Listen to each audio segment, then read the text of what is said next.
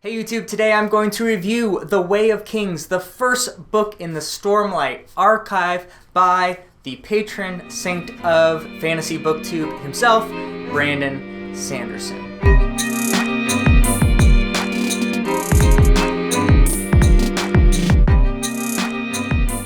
This book has huge expectations brought along with it. At one point, it was the highest reviewed book on Goodreads. Just about everyone, as I mentioned on Fantasy Booktube, you look up their review of this, they love it. And for good reason. It's a good book. I really enjoyed my time with it, but I'm very split with my opinions on it. So here's how I'm going to divide this review. The first quarter of this is going to be my spoiler-free review. I'm just going to go over some foundational thoughts and review and give it a letter grade. The majority of this video is actually going to me going in depth on what I find distracting at times about the writing of Brandon Sanderson. So I really want to take some time to deep dive into some of the writing particularities that I have found in Brandon Sanderson that I think keeps his works from being greatest of all time level. It's still very good. I really much enjoyed this read, but I did find some problems with it. So that's gonna be how the review goes. Let's start out with the spoiler-free portion of the book. If you're one of the few people who haven't read this book, the basic story follows three storylines. The first, a slave named Kaladin. We learn very early on that he wasn't always a slave. He was at one point a very accomplished military leader, not high up in the ranks, because in this world, people with literal light eyes are the ones who are the lords and ladies of the land and the rulers, and dark eyes, those with dark eyes, dark eye color, are lowly, and Kaladin has dark eyes, so he can't rise too high in society, but he was a military commander of some rank and prestige before becoming a slave, and we don't know how he got from that point to the point where he is when we meet him in this book. We also are in the head of a high prince. There's 10 high princes to this land that we're introduced to. One of them is Dalinar, the brother of the once king who has been assassinated. We learn that early on. That's in the prologue of this book. And so now he is looking over his nephew, who is the king during this war. So he's a war leader, and he also starts to get these odd visions during what's called high storms. Again, in this world, storms come every once in a while called high storms, and they're basically hurricanes on steroids. Anyway, during these high storms, Dalinar gets these visions of the future or the past. He's not quite sure, but they start to change the way that he thinks about society, and that's sort of the kickoff of his plotline. The third major storyline is a young woman named Shallan, who is a very bright, smart academic who is looking to become the ward of the king's sister. The primary reason she's doing this, we find out early on, is that her family is in dire straits, basically. She's from a noble family, and so she is coming to save her family's fortunes, and part of that is by becoming ward. I found one of these storylines incredibly compelling, really well done. Kaladin's really brings the most of the weight, or I should say the page count, to this book, and that really keeps things going. And Brandon Sanderson is good at pace, so even though it's 1,000 pages, I read this book in I think 6 days, and again, it's a very thick work, so for the most part it's a quickish read, which is crazy to say for something of 1,000 pages. Now let's talk about the good of this book, because I do think that Brandon Sanderson is an exceptional storyteller. His stories are always interesting, and the elements of those stories are very creative and really all-encompassing. It really draws you into the scenes that you're being described. And he's very good about using the magic of the world, especially in action settings and set pieces. So it's very, very entertaining. There's a reason why he is so popular. Also, the last 200 pages to this work are page-turning. I read them in one sitting. Fantastic. He's also really good about slowly revealing things, and those things that are revealed then have more mysteries that keep you reading, almost like a Dan Brown book at times, and that sort of pace, mysteries being revealed, but underneath that mystery is another mystery. And it's really done well in a sense where the reveals are satisfying, but you still want to get to the next step, which I think is a sign of good plot writing for the most part. However, as I mentioned, I do have struggles with his prose, but also with just some elements of his writing and storytelling and world building particularly, that sometimes grates at me and actually takes me out of the story. Most of the time when I put in post-it notes to my books, it's moments that make me think or I want to go back on and reflect, but all of these generally represent moments where I was taken out of the book because of some particular writing quirk that I'll talk about in a couple of minutes. So that's the huge drawback with Way of Kings, but for the most part, I want to be clear, I really enjoyed this book. I'm going to give it a 7.5 out of 10 on a 10-point scale that I normally use on this channel. I don't think this is a all-time great because of some of the drawbacks of the writing, but the plot and particularly Kaladin the character is so good that it really pushes through those objections. So that's my spoiler-free review of Way of Kings, and now I'm going into my spoilers. Kind of joked at the beginning that Brandon Sanderson is the patron saint of booktube, but it's true. And if there was a Bible of booktube, it would probably be The Way of Kings and the Stormlight Archive. People love this, and I don't want to yuck on anyone's yum. I don't think people are dumb if they like this series or are not real fantasy readers or anything like that. I'm not gatekeeping in any sense. But as I mentioned before, I think it's weird that there's so little criticism about this work in Brandon Sanderson as a whole. I would admit that this is his best writing. This is the best he's done with some of these things, but I still think some of those errors are there, and I want to talk about them. But before that, I just want to emphasize again with spoilers, elements of this world are great. I love the shard blades. I think that's a really cool idea, and visually he presents them in a gorgeous way. Kaladin's storyline, I want to emphasize again, is excellent. The character himself is very interesting. His growing up wanting to be a surgeon or not wanting to be a surgeon, his relationship with his father, his relationship with his mother and his brother, the way that this is done in flashbacks, waiting what to say and what not to say, his life leading up to where he is and who he is so well done. He's a well-realized character. The idea of the bridge runners and the whole conflict on the Shattered Plains is excellent. I think that is great, and that's why I would recommend this to almost anyone who likes fantasy. Some of the best storytelling out there. Can you guys hear the train going by? So I'm really interested to pick up Words of Radiance, the second book in this, and I do think I'm really genuine. The plot at times is really, really great. So I want to keep that phrase at the front because I am going to be critical here for the rest of the video. And let's get into that now. I've boiled down my complaints to 5. So number 1, this has always been a Sanderson pet peeve of mine, and I think this is the thing that is most often mentioned in this arena, and that is he does have clunky dialogue. There's just times where people speak like real people never would speak, which is true in a book generally, but it's really obvious at times with Sanderson, particularly with smart people. It seems the way that he wants to communicate smart people is to just have them be insufferably witty and in love with wordplay. And it really grates at me after a time. And unfortunately, because she is smart and an academic, and that's a big part of her character, Shallan, at least in this book, gets a lot of those cringe scenes. So I just wanted to read one just to illustrate what I'm talking about here. This is her flirting. So she's a harsh mistress? Actually, no, Shallan said. I'm just fond of hyperbole. I'm not. It's a real bastard to spell, he said. That stuff over and over and over again, like these lame, almost like dad jokes at times to show that someone is witty and smart. But that's sort of a minor thing. I should say these 5 complaints I have sort of increase in importance, and so this is the least important. I realize that for some people this just isn't an issue, and that's okay. Second problem I have. People praise Brandon Sanderson a lot in his world building, and sometimes that's true. I think the first Mistborn trilogy has a very good world. In Way of Kings, it's going to be controversial, I don't think Sanderson is particularly good at world building. What he's good at, again, is storytelling and scene building, which I think is different. For world building, you are creating an entire world where the characters live and interact. Not just the scenes that they are taking place in and what's happening, but really the entire world and how they connect to things that are happening and how this world works.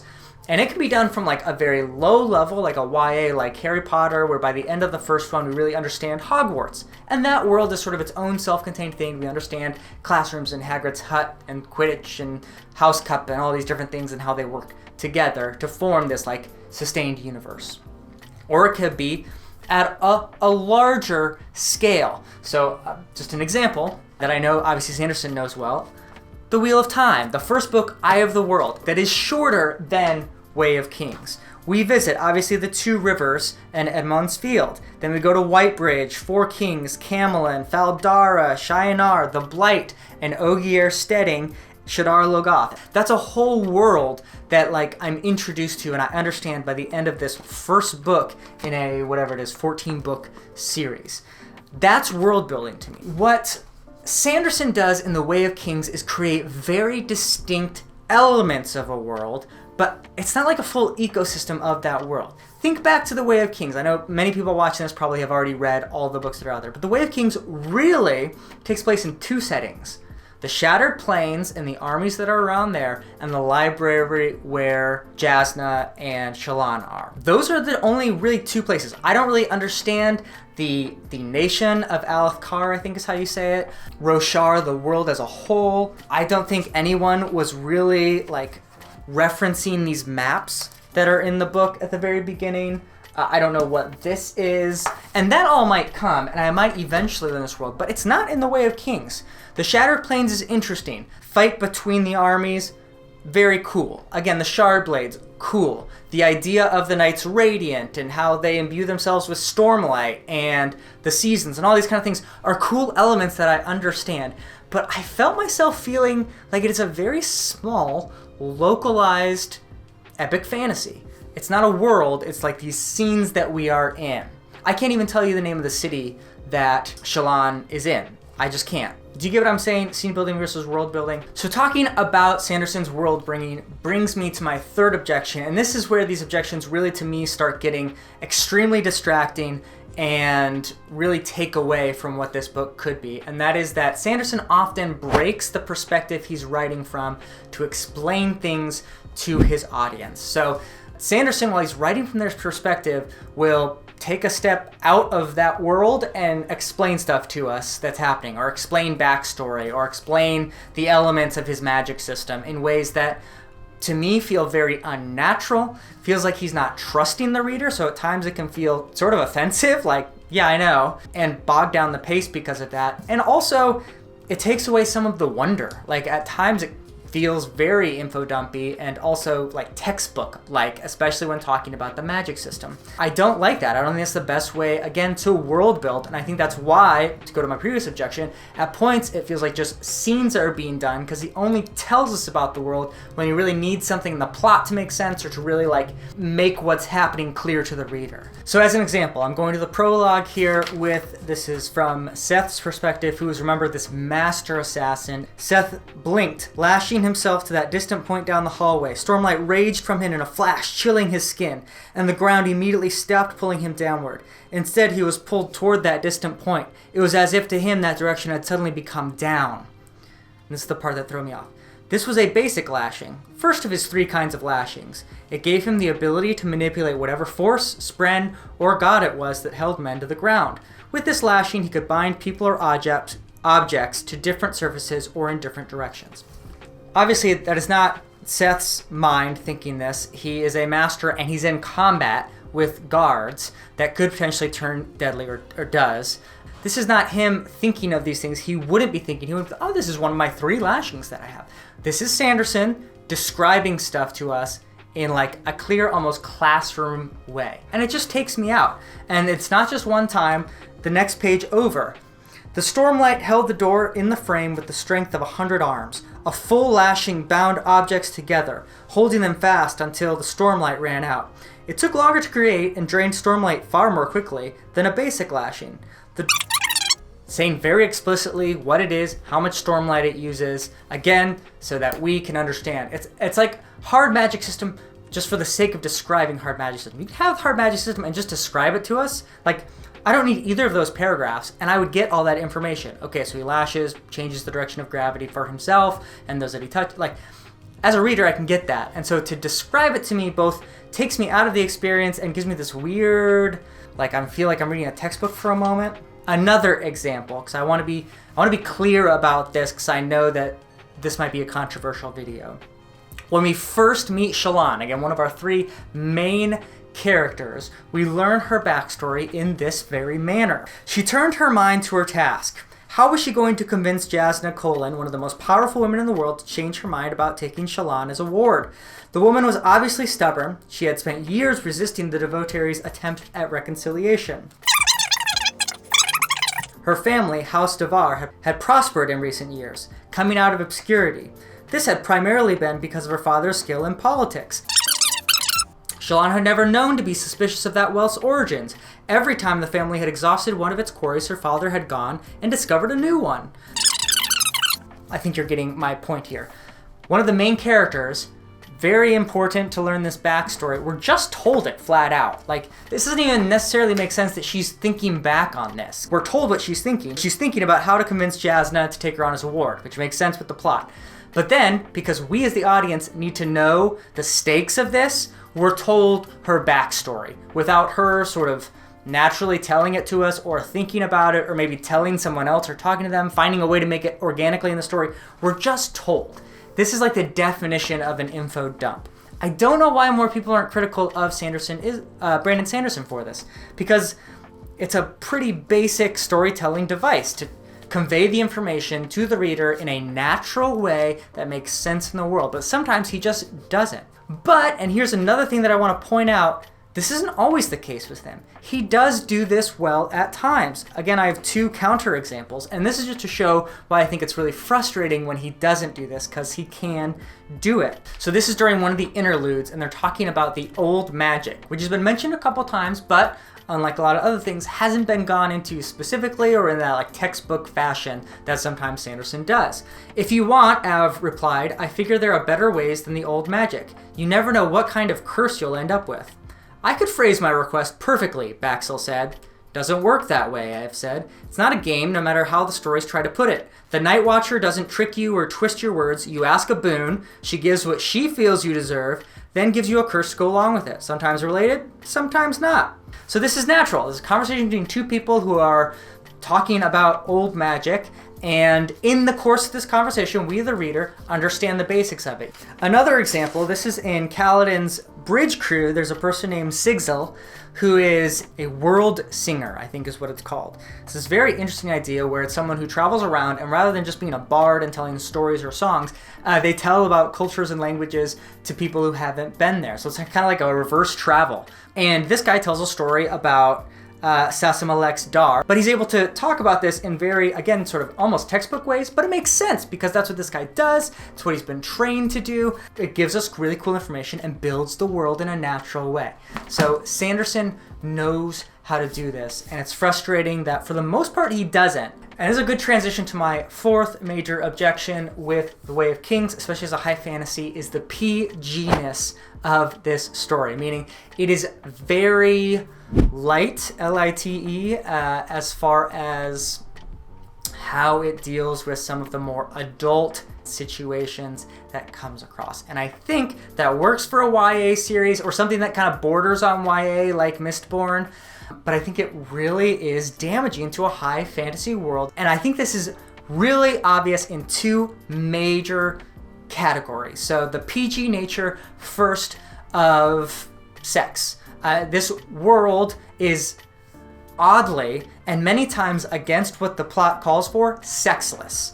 And I don't mean that like I want George R.R. Martin talks of, shafts. It's like I don't need specific descriptions of sexual acts or whatever, but we are sexual people and sex is a big part of human existence. And even more than that, it tries to compensate with this by having its society be very kind of prim and proper. Sanderson uses this storytelling device of a safe hand as sort of this sexual thing of seeing one of their particular hands, and it's always covered. It's an interesting idea to try to get at that without like having to actually be sexual, but I just found it sometimes annoying and too heavy, because I understand that that could be sexualized, but also other parts of the body are going to be sexualized, both for men and women. And I just think, especially, there are a couple times where plot lines call for sex or sexual dialogue or something along those lines, and it's not there because Sanderson doesn't write like that. 2 examples. One is the character of Adolin. This is Dalinar's son, obviously. He's supposed to be like this playboy who's dating all these women. It is weird that he doesn't have a sex scene, or at least like waking up in a bed with a naked woman or something along those lines. So his illicitness, which I think is supposed to be part of his character arc, just isn't a real thing. Like, the most we see is him sitting with a different woman at like a coffee shop.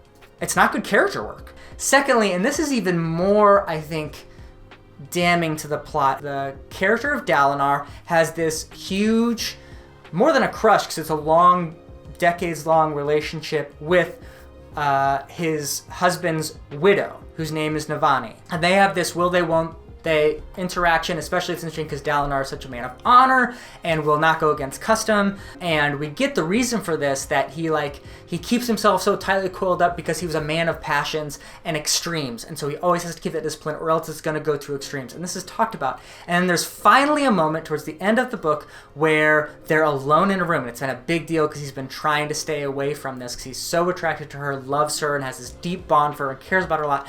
And then they finally get alone. They finally come to this point where he's been stressed out by a bunch of stuff, where they kiss. And it's supposed to be this passionate kiss. And clearly, I think crystal clearly, this would be a moment where they would have sex. They would sleep together, and it would cause a bond to them. And this would be a big character moment. And again, this guy has been talking so long about, like, he keeps things disciplined because if he doesn't stay disciplined, he goes to extremes. The extreme there is to have a sexual relationship with her, and it's clear that she is okay with that, but it doesn't happen. It's just this kiss. And it's supposed to be a passionate kiss, whatever, but it's just not believable, and it doesn't feel like a character moment, because that is kind of the moment where he changes, both that and then obviously the great battle at the end where he is betrayed by Sadeas. Like, that is the 2 moments that change his character to become more assertive, and I think is going to change the whole course of history in this world. And it's just a kiss, and it's so hollow to me based on what it should be, because Sanderson is afraid of sex, it seems like. And the second category of PG-ness that is really distracting to me is the lack of violence, or description of the violence and the bloody nature of combat. I think at times Sanderson is trying to write this story as sort of an anti-war sentiment, because the Kingdom of Alakar is so, like, obsessed with war, and part of Dalinar's growth is to recognize that that's not the be-all end-all, and Adolin's as well. And so they're starting to try to recognize the horror and gore of war and why it's not something to be glorified, and yet there's a cognitive dissonance because Sanderson won't let us as the reader see that. There's talk of some blood swaying or some stuff like that, but it's very minimal. And in fact, the shard blades, even though it's a cool idea, they purposefully take out the blood and take out the gore from violence because people just kind of burn their eyes out and fall. The things that are causing Dalinar, again, this is a plot device, causing him to change because he's realizing how terrible war is not as terrible as it could be because he's not describing it to us, and the weapon he uses just causes people's eyes to burn out, and that's it. He does this one time with Kaladin, who sees someone dead with their eyes open and blood from someone else is dripping on this open eye, and that's a gross image. That's part of the point that motivates Kaladin's character for who he becomes, and it doesn't work that way in Dalinar's case because there's not enough graphic violence in this. And I'm not saying in a way to glorify it, but the opposite, to show its horror. And in fact, I think that is really detrimental because what it allows people to do is read about the shard plates and these great acts of war and just think that is so cool. Like, this is amazing, this is epic. And we shouldn't think that about violence. Like, they're cool elements and it's a great idea, but the actual act of killing should always be something that is gross to us. And I don't think Sanderson can achieve that in a high fantasy epic without more graphic descriptions. Transitions really well to my 5th and final complaint with this book, and that is that I find the themes very thin or very hollow throughout. And I just mentioned a couple of those. I think they're supposed to be sort of this anti-war sentiment, but it's so thin because we don't actually get the awfulness of the act of killing. And I've touched on some elements of this in my other points, but I wanted to bring up this particular moment because I think it had the biggest potential to be profound and yet wasn't because of how Sanderson wrote it. So there's a moment where Kaladin wanders out one night. He's feeling very lost and depressed, and he comes across the King's Wit, or Hoyd as he tells us his name is, at a fire. And he tells him a story using the flute to get across this story. And it's a really beautiful, interesting story about a king who sails to try to find the heart of the storms, the high storms, and he comes across this giant whirlpool and this series of islands in this whirlpool. So this what you saw belongs to you. A story doesn't live until it is imagined in someone's mind. Kaladin said, "What does the story mean then?" "It means what you want it to mean," Hoyd said. "The purpose of a storyteller is not to tell you how to think, but to give you questions to think upon. Too often we forget that." It's a profound point about how the reader takes meaning from the story. This is great. This is where the scene should end. This is perfect. It's enough to affect Kaladin's character and to make the choice that he eventually makes. This is good. This is what I want Sanderson to be doing. But that's not how the scene ends. Kaladin frowned, looking westward back towards the war camps. They were alight now with spears, lanterns, candles. "It means taking responsibility," Kaladin said. "The Uvara, they were happy to kill and murder so long as they could blame the Emperor. It wasn't until they realized there was nobody to take the responsibility that they showed grief." So immediately, I think Sanderson undercuts his point. Rather than letting us as the reader dwell on the story he has told us and wonder how it affects the main character and draw the conclusions ourselves, which is exactly what he just said a story is supposed to do, and we often forget that. He immediately forgets it himself and tells us the meaning of the story, tells us why it's important for Kaladin, tells us why this is a changing moment for Kaladin. And it just really, I think, undercuts the strength of the book. And just like with the violence, just like with the sexless nature of the story, I think it undercuts the purpose and the themes that Sanderson is getting at. I think that's why it doesn't quite have the punch that I think it could and it really should as a story, and that's what I really think keeps Way of Kings from being great. Hey, editing Andy here, butting in because I forgot one major theme I wanted to talk about that I thought was particularly and egregiously thin in Way of Kings, and that is the power structures that are around Alethkar. As I mentioned earlier, the key difference between the ruling class and the working class in this work is eye color. Light eyes are the ones in power, and those with darker eyes are like the working class. I think this is a really cool idea because the reader, as they're reading it, will immediately think, well, that's ridiculous, like just dividing people by eye color.